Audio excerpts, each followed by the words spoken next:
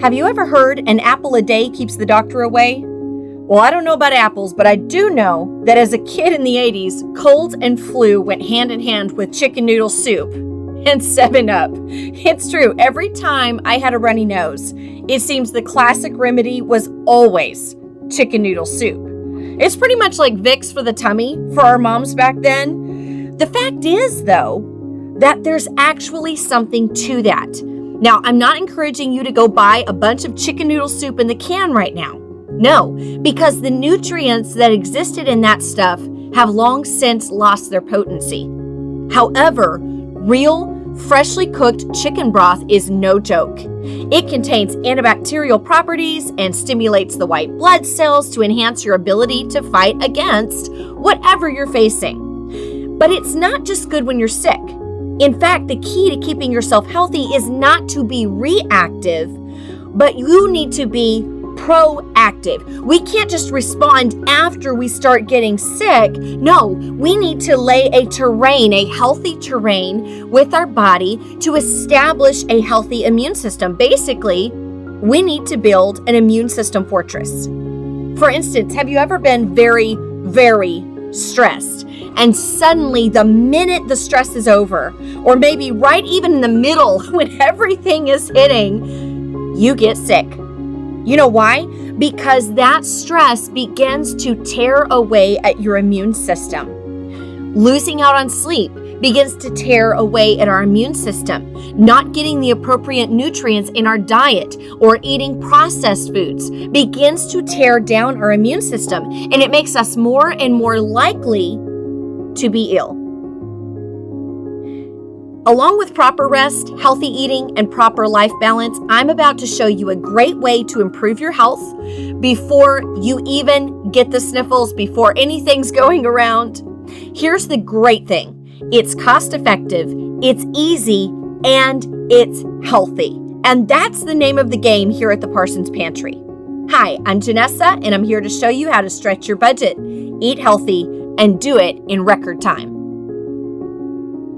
First, begin by setting the stage for your broth. Remember, we want to stretch our whole chicken. So we're going to set up to make 3 whole bags of chicken meat that will supply 3 family dinners. We're also making 10 cups of chicken broth. This is the fresh stuff you can reuse in other recipes. And finally, we're also going to make several cups of bone broth, all from 1 chicken. Start your base with 2 to 3 celery stalks, 3 to 4 carrots, and 1 large onion. You just want to chop these up, not very fine, just chop them up so that they will boil nicely. All right, aside from your 2 to 3 celery stalks, your 3 to 4 carrots, and your onion, you also want to bring in parsley. Now, if you're going natural, you can bring in 6 stems of parsley, or if you're using dry ingredients, about 6 tablespoons. Next, we want to add thyme. Now, if you're going natural, you want 2 stems of thyme. If you're using dried thyme, use 2 teaspoons. Again, we're going to use garlic. Now, if you want to use minced garlic out of the jar, that's fine. It's not going to be as potent and helpful, unfortunately. But if you're going to do that, you can use 2 teaspoons of garlic, the minced garlic. Me, I use 2 tablespoons minced garlic because I love it. If you're going natural, use 2 cloves and just mash them up very, very well. Finally, you want a teaspoon of whole peppercorns. Then you want 2 cloves, okay? This, now, I say 2, but as you can tell, I use maybe about 8. Do it according to taste, but it will smell and taste wonderful. Finally, you want to add bay leaf. Now, you can put in natural bay leaf, or if you use ground bay leaves, I would suggest about a teaspoon. Add your chicken, vegetables, and spices into the pot and add roughly 11 cups of water. Okay, it's time to bring this to a boil. Once it's boiling, then turn it to about medium for about an hour and a half for a 3 to 4 pound chicken. All you want to do, as long as at the end of that time you can insert a thermometer and it reads at least 165 degrees Fahrenheit, you're good to go. If it's not reaching quite that temperature, let it boil for another 10-15 minutes, then check it again. You just want it to reach 165. So here's the question. Is chicken broth only good when I have the flu or only good when I have a cold? Oh no, Let me tell you something. Chicken broth and chicken, that is good for any kind of illness. And it's great when you're feeling good too. Chicken broth is low in calories and fat, but it's high in protein, vitamins, and minerals. It also has collagen and amino acids. You know what those things do? They improve your digestion, they help with your joint health, and they increase your immune function. So if you want to go a step deeper in your health, you need to be using freshly made chicken broth. And a little bit deeper, you need chicken bone broth. It's a wonderful next step after you make your whole chicken and chicken broth. In this recipe, we use turmeric and cloves to enhance the chicken broth's healing qualities as well. Turmeric relieves inflammation. Now, inflammation can cause joint pain, it causes sinus pressure, it can lead to sinusitis, all kinds of issues. In fact, I have carpal tunnel in both of my wrists, and I often drink something called turmeric milk. Click in the link to view our video on turmeric milk. It's excellent. Great thing is, turmeric can take my joint pain down within about 30 minutes flat. And it's an awesome thing to include in our broth. We're also using cloves today, which are antiviral. They also stimulate your white blood cells to increase your resistance against disease. I'm telling you, this chicken broth is not only tasty, but it's healthy. This is great for building your terrain.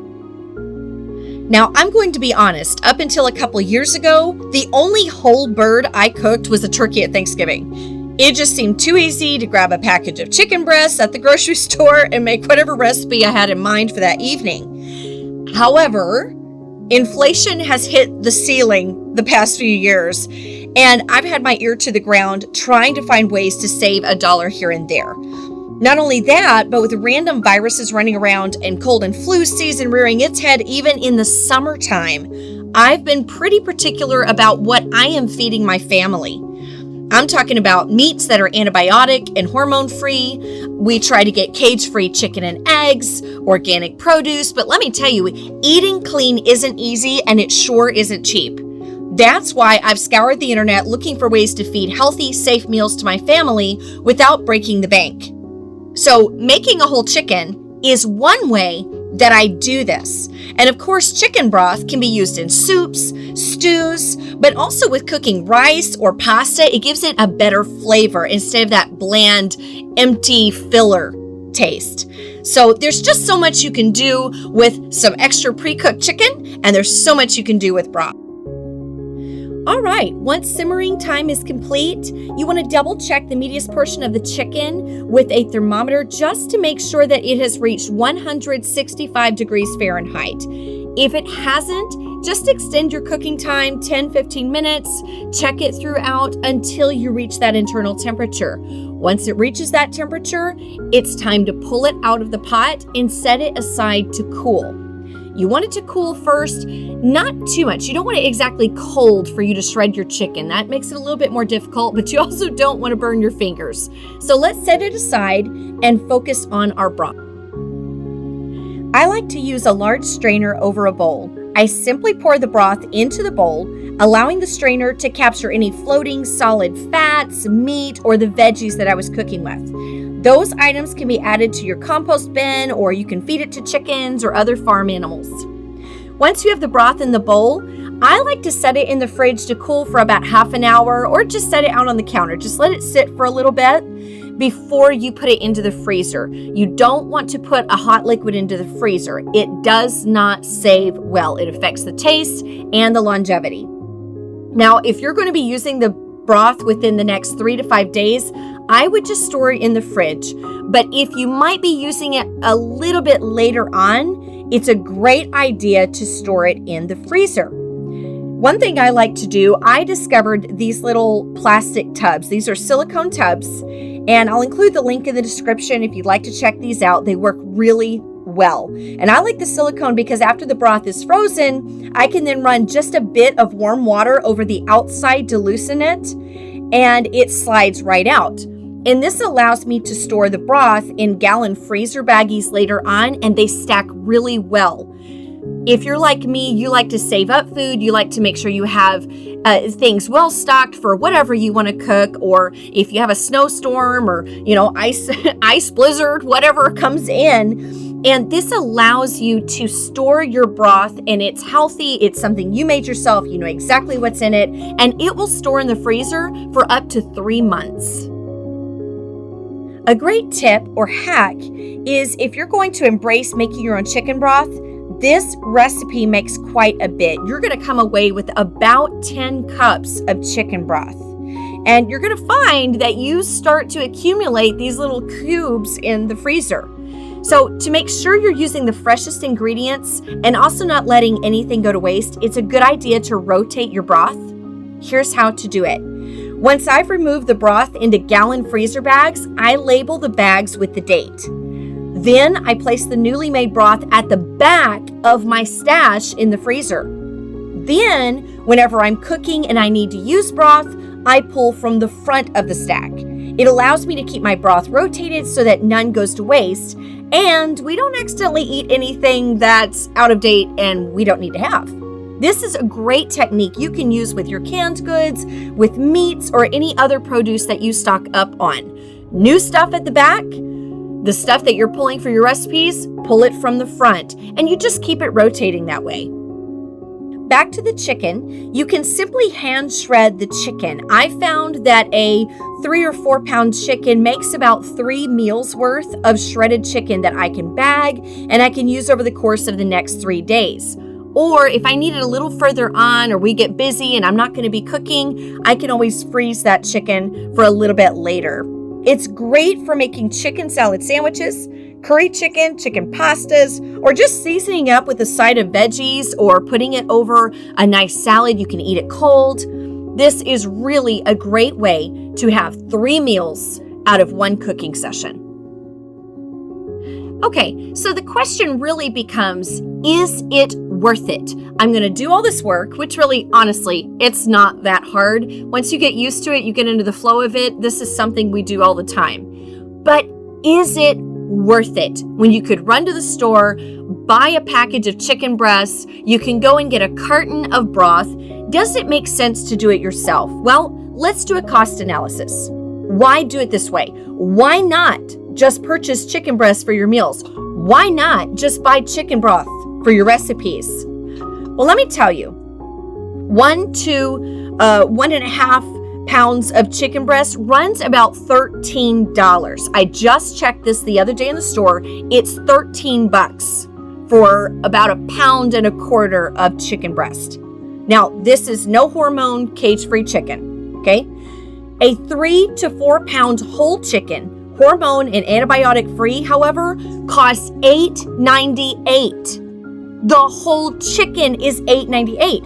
Now, while you'd think you would lose some of that weight because of the bones and the neck and the innards that are stored inside, that is not the case.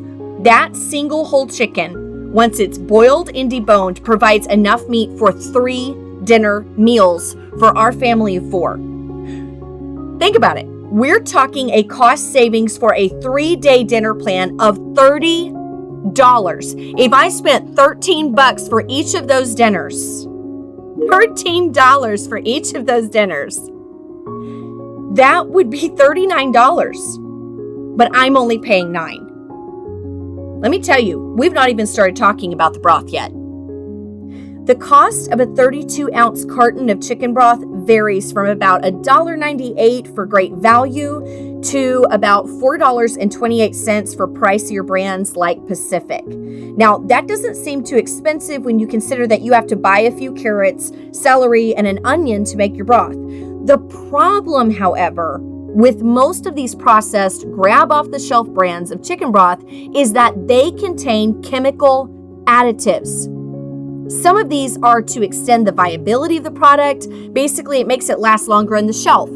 You've got to consider they've got to make this broth, they have to package it, they've got to ship it, then it sits in storage, then it sits out on the shelf before it comes to you. That stuff probably doesn't taste very good.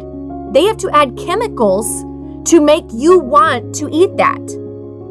They include additives. Sometimes these will be labeled as chicken flavor, natural flavorings, or just spices. Yeah, be really suspicious of when they just write spices. These can be chemical based. It can contain MSG. And also, I was shocked when I looked at the store the other day. Out of 8 different chicken broth brands, only 1 did not have food dyes. Why do you need a dye in your chicken broth? It's going in other recipes. It's ridiculous. So, it's really crazy. My father's family used to have a joke about mystery meat night. He always knew if he asked his mom what was for dinner and she said, "Oh, it's a surprise," that it was liver, which he hated. But sadly today, mystery meat or mystery ingredients aren't as healthy as that liver was. Honestly, if you can't pronounce an ingredient or you can't track it down because it's being masked by a term like, quote, natural flavors or the like, in this day and age, I would steer clear. You do not know what that is. There's also the option to use chicken bouillon. Now, I'm going to be honest. There are times I'm busy and I will use chicken bouillon or beef bouillon in what I'm cooking. And I try to find a very healthy brand that doesn't have a lot of additives. The problem with this product, which I've used for many, many years, is that every brand I've seen does include maltodextrin, silicone dioxide, natural flavorings. Sometimes they have unnamed spices, and they usually have either sunflower oil or canola oil, which are seed oils, and those are not healthy. Seed oils are now being found to cause heart issues. They cause weight gain. They cause all kinds of issues. They rapidly increase inflammation. This is why we are so unhealthy as a country, because just about every fast food joint you go to uses canola oil. So bouillon, which like I said, I have used for years, I try to find the brands that have the least amount of additives in them because sometimes I do use them. However, if you want to be as healthy as you can be, make your own broth and use it in your soups, your chowders, your stews, your noodles, your rice, you name it. The fact is, not only is it less expensive to render your own chicken and chicken broth, but it is infinitely healthier. I love being able to provide my family with meals that I know are safe, clean, and healthy. And the fact is, there are affordable ways to do it, so you can do it too. Thank you for being with me today. I hope this helped, and I will have several recipes coming up later on this channel of how you can use the pre-cooked chicken and stretch your budget in a healthy way. Thanks for joining me.